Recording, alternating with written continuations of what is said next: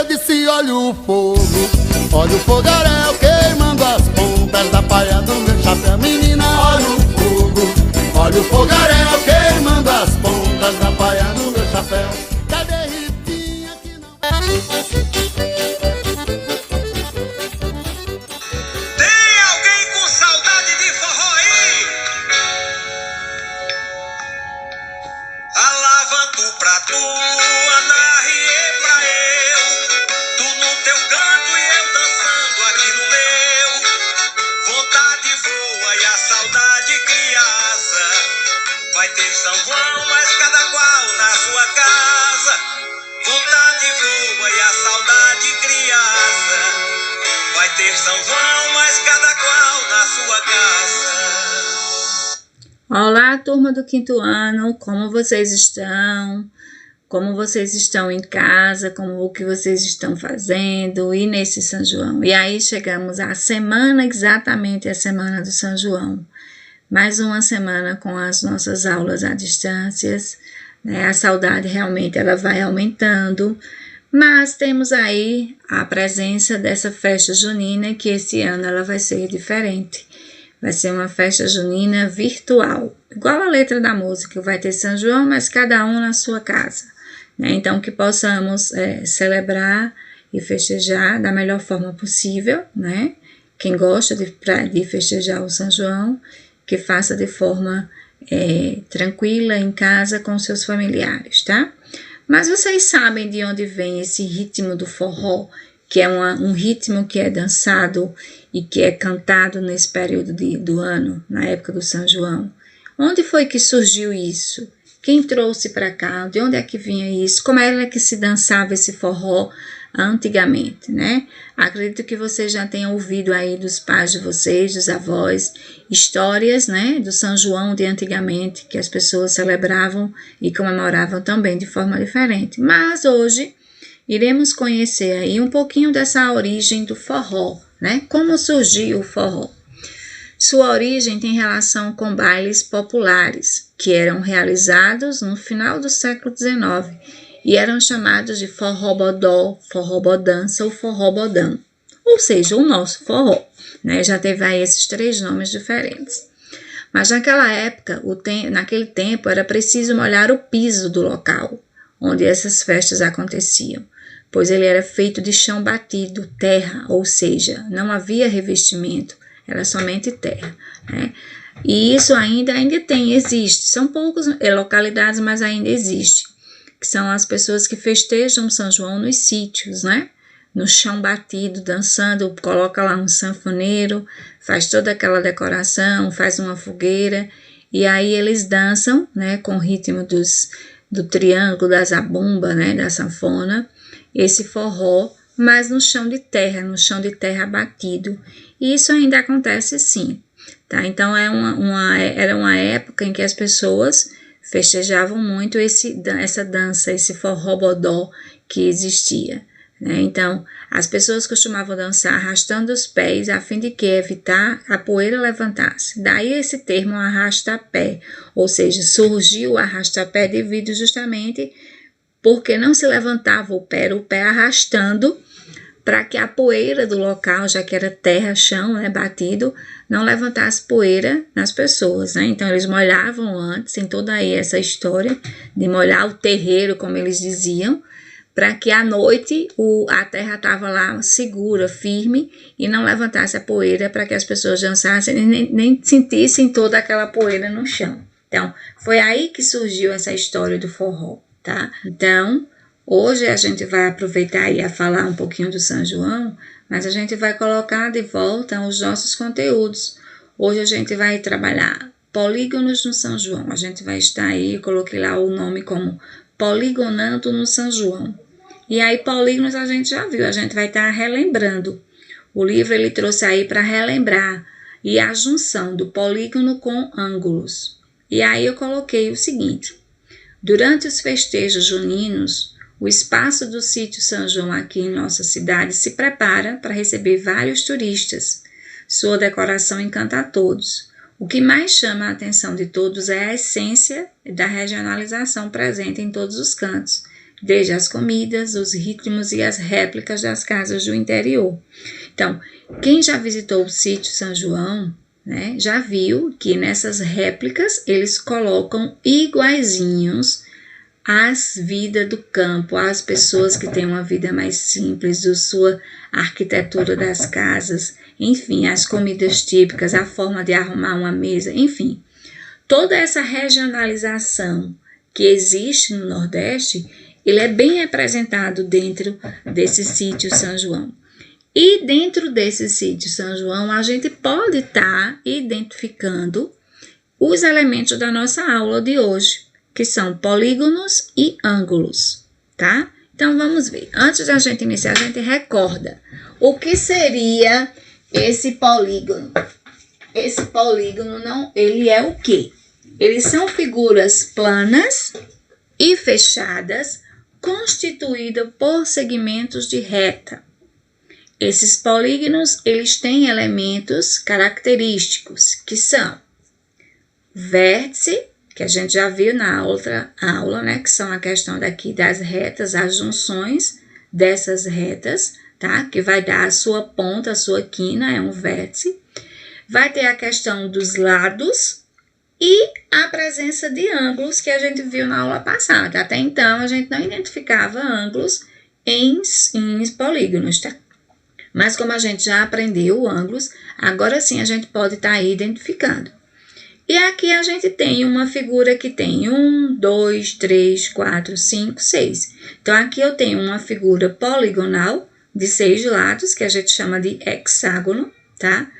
Se ela tem 6 lados, ela vai ter a mesma quantidade de quê? De seus vértices. 1, 2, 3, as 3 pontas desse lado, mais 3 do outro. Vai ter também 6 vértices, tá? Então, aqui a gente pode estar identificando, ó, em cada abertura desses segmentos de reta, a gente vai estar aqui indicando ângulo, que foi o que a gente estudou na aula passada. Então, hoje a gente está unindo, a gente está juntando polígonos, que a gente já viu também em aulas anteriores, e ângulo que a gente viu na aula passada, e a gente vai identificar dentro de um elemento só tudo que a gente já aprendeu. Fazer a identificação de vértices e fazer a identificação dos seus ângulos de acordo com a sua abertura. Coloquei de volta então, aqui a imagem do sítio São João, e aqui a gente vai identificar polígonos, tá? Então, observem que a gente tem aqui a presença da forma do triângulo, tá? Aqui a gente tá vendo um triângulo. A gente vê na porta o formato de um retângulo e a gente vê aqui no cantinho, ó, que são de cerâmicas, o formato de um losango. Isso também é uma forma chamada poligonal. Então, a gente observa aí aí a gente lembra, triângulos são figuras que vão ter 3 lados, retângulos são figuras que têm 4 lados, losango também vão ter 4 lados, mas a gente tem outros tipos de polígonos, tá? Lembrando que polígonos são figuras planas e fechadas, constituídas por segmentos de retas. Podemos classificar esses polígonos em triângulo, quadrado, retângulo, losango, paralelogramo, trapézio. Aí eu coloquei algumas imagens. Em todas essas imagens aqui, a gente vai identificar os seus elementos, que seriam quem? Os vértices, o total de lados, né, a quantidade de lados e a presença de ângulos, ó. Todo ele tem. Então, vamos pegar aqui esse quadrado, uma figura que tem 4 lados, 4 vértices e vão ter ângulos. Que tipo de ângulo eu vou encontrar aqui? Será que eu vou encontrar aqui um ângulo obtuso, que que a sua medida em grau é maior que 90? Vou encontrar um ângulo agudo, que sua medida em grau é menor que 90? Ou encontro aqui um ângulo reto, que a sua medida é igual a 90 graus? Então, vejam só. Se você observar aqui, na aula passada a gente viu que o ângulo reto, ele vai estar, ó, no cantinho e ele tem sempre um quadradinho e vai ter aqui as suas perpendiculares, ó, os segmentos bem abertinhos. Então, aqui nessa figura, eu consigo identificar os 4 lados da figura, do quadrado, eu consigo identificar os seus 4 vértices, tá? E eu vou conseguir identificar 4 ângulos aqui retos na figura. Então, aqui eu vou encontrar a mesma coisa. Vou encontrar seus lados, que são 4. Vou encontrar os seus vértices, que também são 4. E vou encontrar aqui também 4 tipos de ângulo, ou 4 ângulos. Tipos não, 4 ângulos, tá certo? A mesma coisa aqui no losango. Tenho as retas, são 4 lados. Tenho as 4 pontas, que a gente chama de vértices, né? E tenho também aqui ângulos, tá? Então, aqui eu posso identificar, ou seja, em toda figura poligonal, independente da sua quantidade de lados, eu posso sim encontrar todos os elementos que a gente viu aí, que a gente já estudou antes. Eu posso encontrar ângulos, seja ângulo reto, seja ângulo agudo, seja ângulo obtuso. Vai depender da abertura desse segmento de reta que vai estar lá mostrando para você e você tentar identificar se esse ângulo é reto, se esse ângulo é agudo, se esse ângulo é obtuso. Vamos observar aqui. Aqui nós temos um paralelogramo, tá? 4 lados, 4 vértices. Mas se você observar a extremidade aqui, você vai ver que essa abertura aqui, ela é menor do que essa abertura aqui. Então, aqui eu consigo identificar medidas de ângulos diferentes, ou seja, a classificação de ângulos diferentes. Eu posso dizer que eu tenho aqui um ângulo agudo, que é menor, que é 90, e eu posso dizer que essa abertura aqui é um ângulo maior, um ângulo obtuso, que tem a sua medida em grau, né, maior que 90 graus. E aqui temos o trapézio, que a gente também pode estar identificando vértice, lado, ângulo, ou seja, juntando os dois conteúdos que já trabalhamos, a gente consegue identificar todos esses elementos, né? E encaixar o mais novo, o mais recente, que é o ângulo que a gente viu agora, na aula passada, sobre ângulos, né? E dentro do balão, aí coloquei 2 figuras, 2 elementos típicos da nossa festa, típica da nossa decoração, né, junina, que são os balões, né, e bandeirolas. E aí sim a gente consegue também identificar todos esses elementos. A gente consegue identificar aqui que esse balão ele é formado por polígonos triangulares, né, tá? São a forma do triângulo. A sua extremidade, ou seja, a parte exterior do balão, né? Ele tem a forma de um losango e eu consigo identificar aqui dentro seus vértices, né? Que são as pontas. Vou identificar os seus lados e também posso identificar aqui ângulos. Então, se observarmos tudo isso bem direitinho, passo a passo, olhando para a figura, você vai conseguir identificar os elementos que fazem parte do polígono, identificando tudo isso, tá? A mesma coisa na bandeira. A gente tem bandeira de vários formatos. Coloquei aqui para que a gente possa estar aqui identificando os lados, né? 3 lados, seus 3 vértices e posso também estar aqui identificando tipos de ângulos aí dentro da figura. Bem, pessoal, na plataforma do Educamos, tem algumas atividades para vocês fazerem e são bem interessantes, tá? E vocês podem estar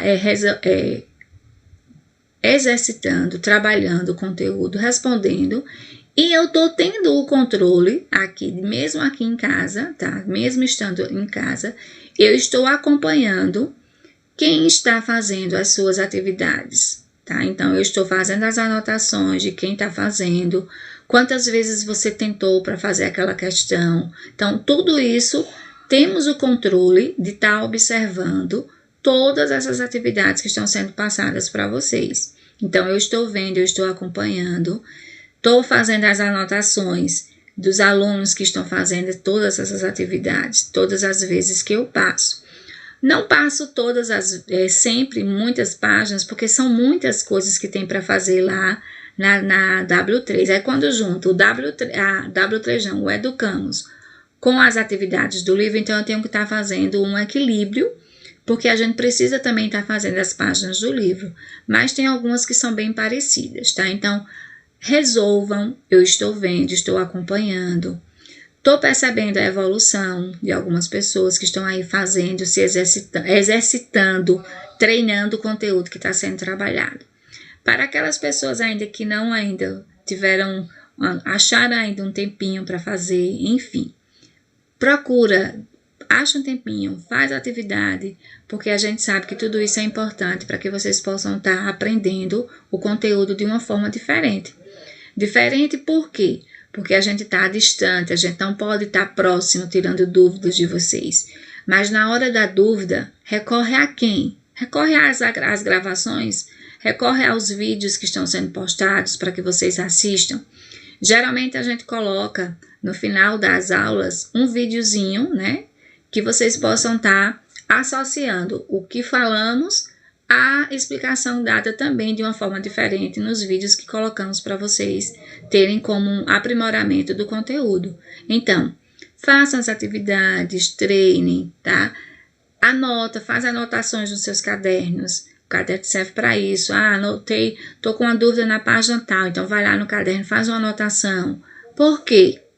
Quando voltarmos, a gente não sabe quando, a gente pode estar aí solucionando esses problemas, essas dúvidas que ficam, que a gente sabe que fica aí alguma coisa que a gente não consegue compreender de fato.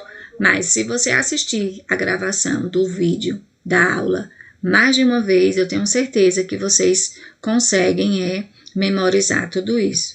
Então, recordando aí agora a parte dos ângulos, tá? Eu demorei porque eu queria falar um pouquinho isso para vocês.